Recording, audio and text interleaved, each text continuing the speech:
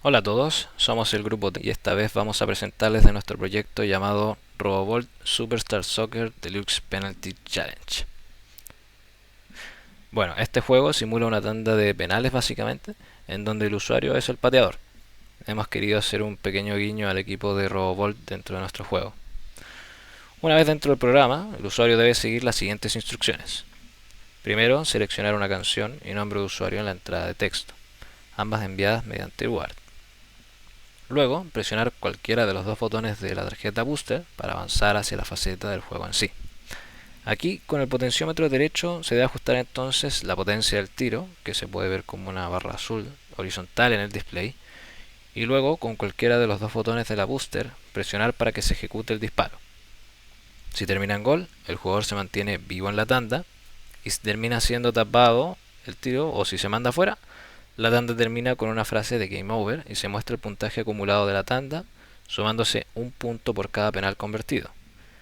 Luego de esto, el jugador puede volver al menú de inicio, de nuevo, con cualquiera de los botones de la booster. Por último, se guardan en la SD los mejores 10 puntajes. Bueno, aquí nosotros tenemos la arquitectura a nivel de hardware de nuestro proyecto, que como pueden ver mantiene como base la estructura que se nos entrega en el laboratorio 10. Aquí mantenemos nosotros el bloque ThinQ como procesador central de esta arquitectura, que como se aprecia queda comunicándose casi con todo el resto de bloques por comunicación AXI. Se mantiene también los bloques que permiten la comunicación con el display de la tarjeta booster, que en este caso vendrían siendo dos bloques. Por una parte el AXI Quad SPI 0, que mediante SPI, ¿no es cierto?, comunica las señales para el MOSI, el SCLK y el CS, así como también este AXI GPIO aquí, para las señales de reset y de RS. Conservamos también el AXI Quad SPI 1, que es para establecer la comunicación con el CAD, conversor análogo digital, y para el display también sirve. Y también este AXI 2C, que es para poder comunicarnos mediante esta vía también. El bloque buzzer del laboratorio lo hemos reemplazado por este bloque driver para el buzzer llamado Buzzer Booster Driver 0, que es para poder establecer una comunicación AXI directa desde el procesador ThinQ. Y también añadimos un AXI GPIO para poder recibir las señales de los dos botones de la tarjeta booster. Aquí añadimos también otro bloque AXI GPIO. Además añadimos un bloque GPIO que lo que hace es poder comunicar el interrupt del sensor de luz con nuestro sync. Por la parte de acá hemos añadido dos bloques AXI Timers que van a comunicar a la sync las interrupciones para la música y para el display respectivamente, y que están conectadas por medio de este bloque concat. Tenemos agregado aquí arriba también este bloque ILA, que lo usamos para poder leer los datos vía AXI de la información, los datos que llegan a nuestro bloque Buzzer Booster Driver 0 desde la sync, para poder armar así la PWM. Y también tenemos este bloque BIO, que también interactúa con este mismo bloque driver, que va a mandar una señal de enable binaria, que puede ser 0 o 1, que en caso de que sea 1, este bloque driver va a quedar deshabilitado o inhabilitado para armar la PWM, de manera que el juego va a quedar muteado, independientemente de si se gire la perilla del potenciómetro izquierdo, que es la que se utiliza en el juego para poder ajustar el volumen de la música. A continuación procederé a explicar las actividades obligatorias y complementarias, partiendo con las obligatorias. En primer lugar tenemos la actividad obligatoria 1, la cual nos dice que teníamos que utilizar la pantalla de la tarjeta booster para mostrar información, figuras e imágenes, y además utilizar 3 de los periféricos entre el sensor de luz, temperatura, acelerómetro y micrófono. En nuestro caso, utilizamos la pantalla mostrando información dinámicamente, y también también utilizamos el sensor de luz, el sensor de temperatura y el micrófono. Aparte de ello, nosotros tenemos en el código I2C, si bien esto era original de lo que nos dieron en el laboratorio 10, acá se creó un distinto código que es para poder inicializar los registros del sensor de luz y poder entonces configurar la interrupción. En este caso, acá configuramos el registro de manera que se active y se vuelva a desactivar la interrupción, si no quedaría activada constantemente. También acá tenemos el límite del threshold bajo, es decir, como qué nivel nosotros queremos de umbral para que se triggere la interrupción. En este caso es 500. Y también tenemos el alto, que es en otro registro, y ese está en 2000. Todo esto al final se va a enviar por comunicación I2C hacia el propio chip, y entonces así podemos configurarlo de la manera que queramos. Aparte de esto, en los gráficos nosotros tenemos lo que ya nos dieron antes en el laboratorio 10, que es esta librería para poder hacer algunas cosas básicas con la pantalla. Y aparte de eso, nosotros modificamos el artdraw, lo que se vería en la pantalla, y pusimos nuestra propia imagen de introducción que se puede ver en el proyecto. Y también se crearon nuevas funciones en Game Graphics que son para iniciar el frame buffer, y también definimos un frame buffer. Hacemos un clear del frame buffer también para poder limpiar la pantalla. Todo esto para poder utilizarlo en la lógica del juego después y poder colocar los sprites uno encima de otro. También dibujamos la mira, y acá está la función que dibuja los sprites dentro de la pantalla, asumiendo también que tenemos de base alguna imagen que nosotros mismos utilizamos, que es cualquiera de estas de acá.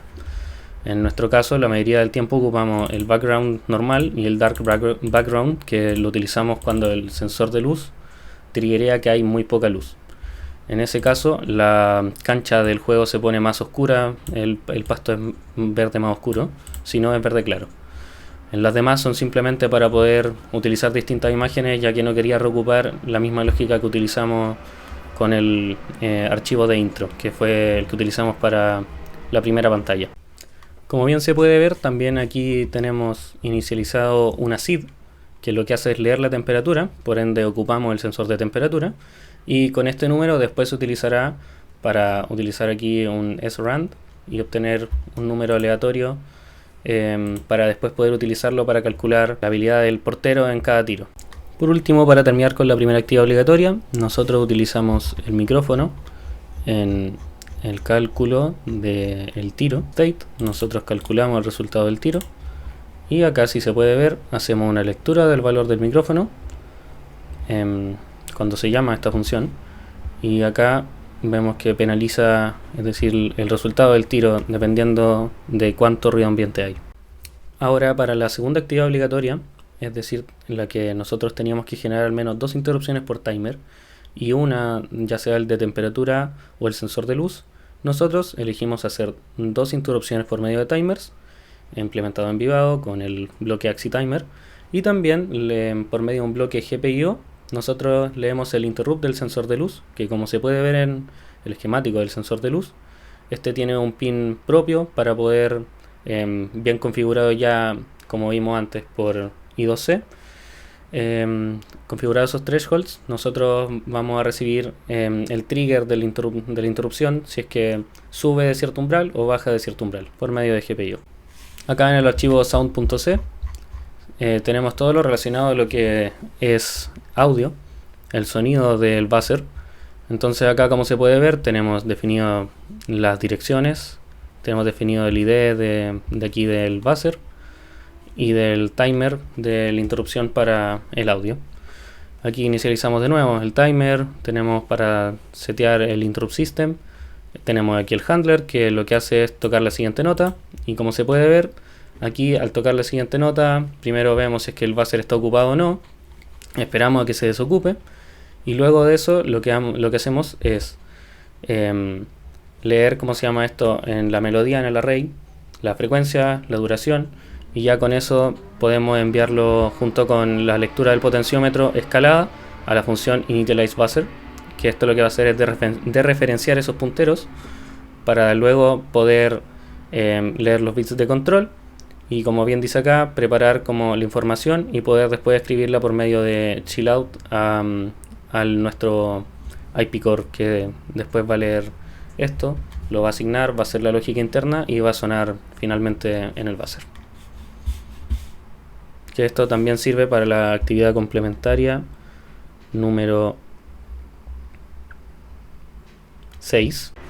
Como bien se puede ver, esta función también sirve para la actividad obligatoria número 3 que se nos pidió, en el cual nosotros tenemos que inicializar el IP core que nosotros creamos para alguno de los periféricos que interactúa con el procesador. Realizamos una función con argumentos de punteros para inicializarla y configurarla. En este caso, nosotros lo que tenemos es que por medio de word recibimos qué canción quiere escuchar el usuario, y en base a eso se selecciona dentro del main la melodía, y después cuando empieza a sonar el handler, o sea, cuando empieza a funcionar el interrupt, el handler lo que hace es sonar la siguiente nota. Cuando ponemos la siguiente nota, se lee la frecuencia de esta nota, se lee la duración de la nota, y en base a eso después se lee el potenciómetro y se prepara lo necesario para poder enviarlo a la función initializeBuzzer. Lo escribimos así para que se entienda también que sirve para inicializar, aunque está bien, funciona en todo momento. Inicializa en cada ciclo básicamente del handler el buzzer con estos punteros de los valores que recibimos antes. Entonces en la función initializeBuzzer dereferenciamos esos punteros y obtenemos sus valores para posteriormente poder ocuparlos para enviarlos por medio de sealout hacia el buzzer, que es lo que expliqué antes. Para poder guardar los archivos en la SD, como bien nos dice el desafío de la actividad complementaria número 7, nosotros encontramos en los archivos de grupos de otros semestres que antes había una ayudantía donde existía una librería para tarjeta SD, y tomamos prestado algunas de esas funciones y también se modificaron algunas. Para ello, después en el main, lo que se hace es poder acá en save score to SD, que se llama en el end state, acá tenemos que se lee el puntaje, se guarda después en el formato que nosotros queremos, en el TXT, acá, para después de eso cerrar el archivo. Y después en display score lo que se hace es que se leen todos estos scores, se ordenan del primero al décimo y después se guardan. Finalmente, acá es donde se ordenan con qsort, y después se muestran los 10 por el print. Hacemos uso de bio e ila. Esto se puede ver aquí en el diagrama de bloques. En nuestro caso, el ila sirve para poder leer los datos transaccionados entre nuestro sync y el buzzer driver, y el bio se utiliza para poder mutear el driver del buzzer. Como puede verse, tenemos aquí la CIVO conectada y ya está encendida. Pero para que veamos la actividad complementaria del boot, voy a apagarla aquí con el switch. Se puede ver que está apagada, y si la prendo, aquí está entonces al tiro con el código cargado. Nos pide que seleccionemos una canción con UART. Ya conectados por UART, podemos ver que si enviamos, por ejemplo, el número 4, se seleccionará una canción, y después tenemos que enviar nuestro nombre. Pondremos entonces test. Como se puede ver, la canción empieza a sonar. Ahora podemos presionar cualquier botón para poder empezar a jugar. Como se puede ver, se muestran gráficos dinámicamente, y también de eso también se puede ver que suena la música.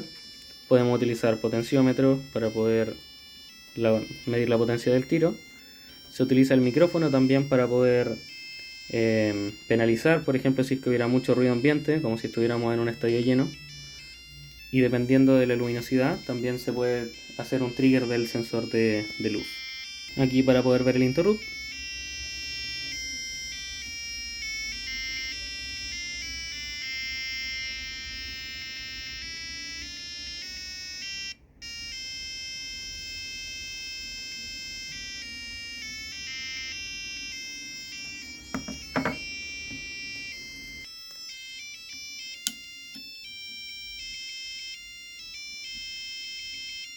Se puede ver ahí el gol.